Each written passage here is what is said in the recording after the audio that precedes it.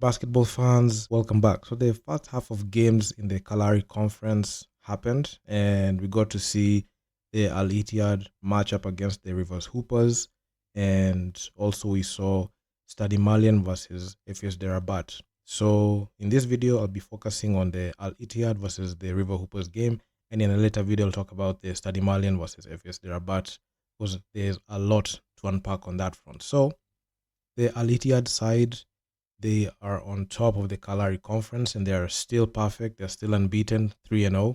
And the Rivers Hoopers, this is the first loss in the tournament. So they have a 2-1 record. So going into this game, both teams were undefeated. And this game, I was looking forward to it.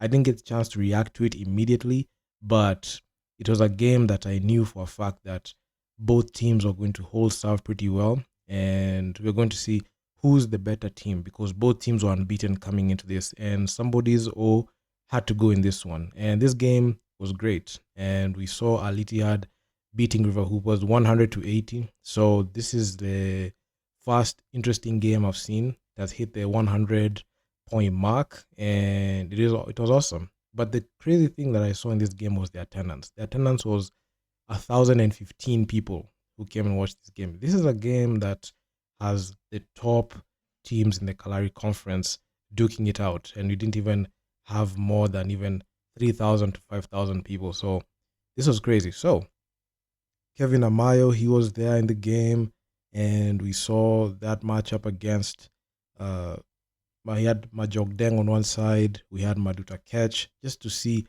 who is going to go ahead and do the unthinkable. But before we get into the players what they did, let's just look at what these teams did. So shooting wise, when it came to the productivity, this was the best game that I've seen Al Ittihad play. And the reason also as to why I say this, they shot 53% from the field, 69% on 2-point field goals, and 42% from downtown. So the biggest concern that I've seen with other teams, especially teams hailing from sub-Saharan Africa and a bit of West Africa, is their inability to knock down the three ball consistently. And the Al Ittihad side coming from Egypt, they are very good 3-point shooters. And I can even say North African teams, they model their game to the way Europeans play. And if you look at how they even manufacture the 3-point shot, it's very commendable. So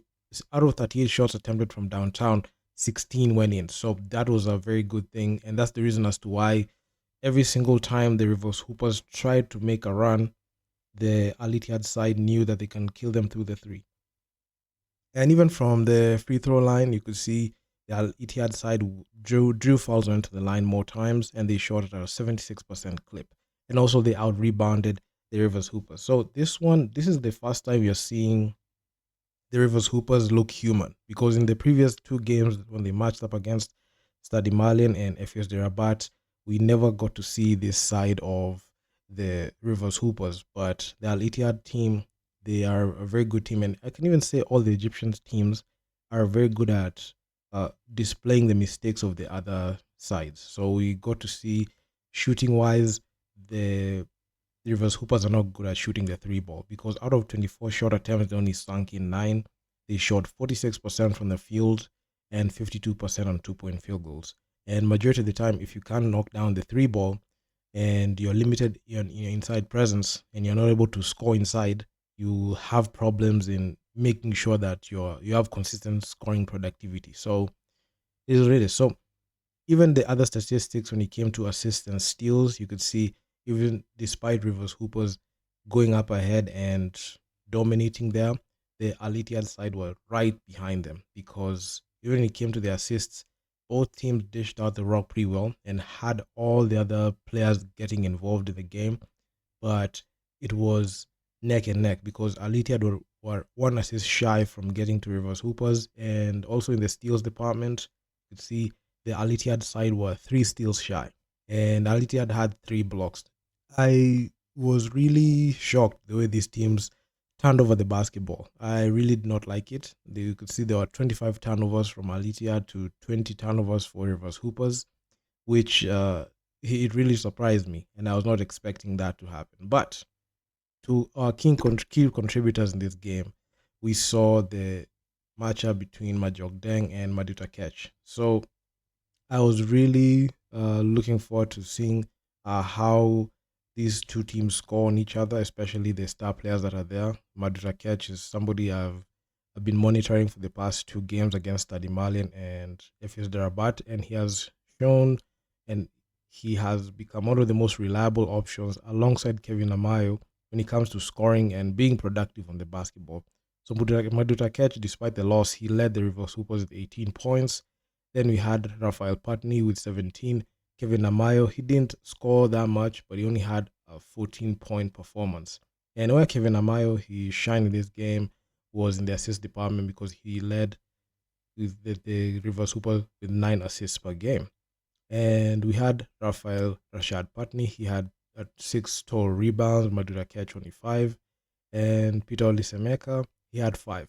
But when it comes to the Al Ittihad side, you could see there were other guys who stepped up. We saw Kyle Vinales. This man dropped a game high and this was team high 26 points. And George King, he had 23. So George King and Kyle Vinales, these are the guys that dominated, especially when it came to scoring. And they had 20 plus points in this game. And Ibrahim Mohamed, he followed with 17 points in this game. So Anas Mahmoud, he has not been that, prominent, especially when it comes to scoring wise, but still, his productivity is growing in slowly. So he didn't drop like eye popping stats in the first two games, and we're still waiting on him to be able to come to his own. But he was able to lead this game in rebounds with 7 rebounds. Kyle Vinales, he was following second with 6 total rebounds, and Kyle Vinales, not only did he lead in points, but also in the assist department.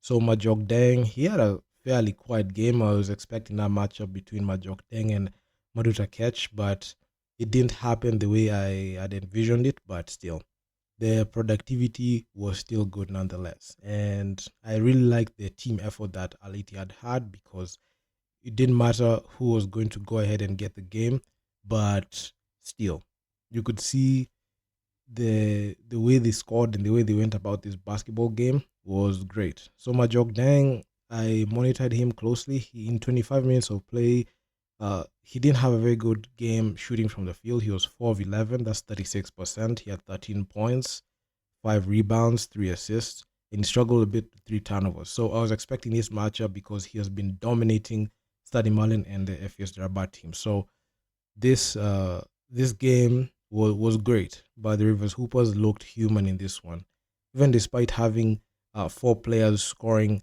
10 points or more for the Rivers Hoopers. It wasn't enough. So Maduta Kechi led the charge, but still it wasn't enough to get them over the edge to be able to go ahead and win it. So we even had Kevin Amayo. He played damn near like the whole game. He played near 38 minutes in the game, and he was 6 of 17. It was 35% shooting from the field, and he didn't even go to the line that much. So that was much of a shocker because he said he was a walking highlight. No one was expecting him to go ahead and be able to give the Alitia defense problems, but unfortunately that didn't happen. And Alitia just knew the type of game plan that they're going to uh, drop on the Rivers Hoopers. And I must say, somebody's all had to go in this one. And I knew for a fact that this was going to be one of those difficult games.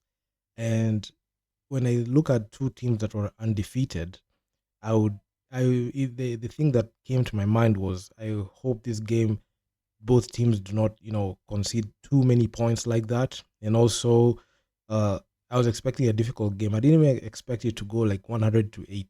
I was expecting it to be at least 60, 70 their scoring because I know it was going to be a defensive affair.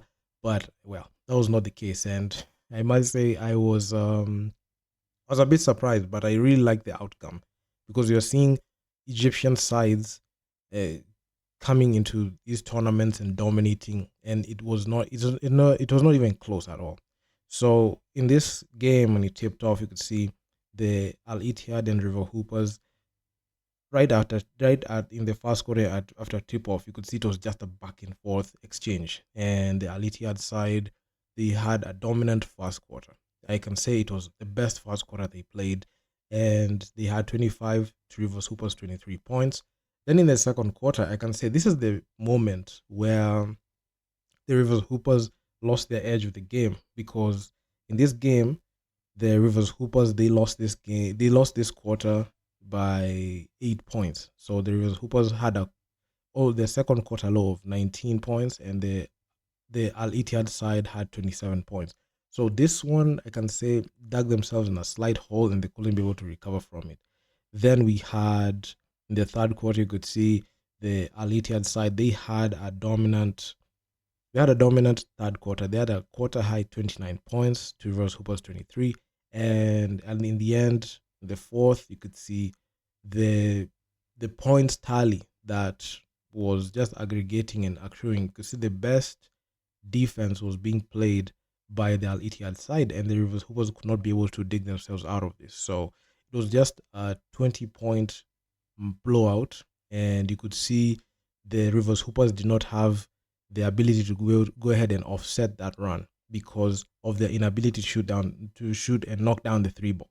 So the three ball is still in question for the Rivers Hoopers. If they want to go ahead and compete and even have a chance at winning BAL, they must be able to fix their 3-point shooting woes, because that is the reason as to why the Egyptian side at Ittihad were able to go ahead and win it, because the Al Ittihad side, they scored 42% from downtown. That's 16 out of 38 attempts. They made a lot of attempts, but they're able to score at least 40% and above. But if you look at the Rivers Hoopers, in 24 attempts, they only sunk in 9. So it puts into question what types of shots were they manufacturing from three. Because if you want to be able to close down and clamp down on their deficit, you have to understand that you also have to knock down the three ball at a similar clip as the other opposing team, which was not the case, because not all the time you're going to be able to go ahead and score inside. So it is what it is. So that's just the main things I saw in this game, especially when it came to scoring wise. But I really did not like the turnovers. So both teams were turning over the ball a lot, and the bench productivity coming from the Al Ittihad side was great. They had 40 points from the bench, and second chance points there was 16, fast breaks points were 31, and points from turnovers were 34. So you could see the Al Ittihad side, they dominated in majority of those categories, and you could see the Rivers Hoopers, they really trailed in them, and it showed you everything you need to know, especially when it came to like the Rivers Hoopers title contention or title hopes. I know Rivers Hoopers, it's they want to go ahead and break through and win the BAL championship, but if they're not able to pose a significant threat to Al Ittihad in this first matchup, what can we expect in the second one? Because there's a lot at stake here, and every single game counts. So it is what it is. So I'm excited to see this matchup. I was really looking forward to, this game, and I must say it did not disappoint me at all, because we saw both teams, they made light work of Stade Malien and FS Rabat in their first leg of games, and you could see this, they were bound to collide into the collision course, and Al Ittihad have shown that they are one of the best teams in BAL right now. So it is what it is. So do drop me your comments down in the comment section down below on what you think about this matchup, because I'm expecting fireworks in the second time they're gonna meet. And yeah, man, like, share, subscribe to the channel. I'm gonna see you guys in the next one. Peace out.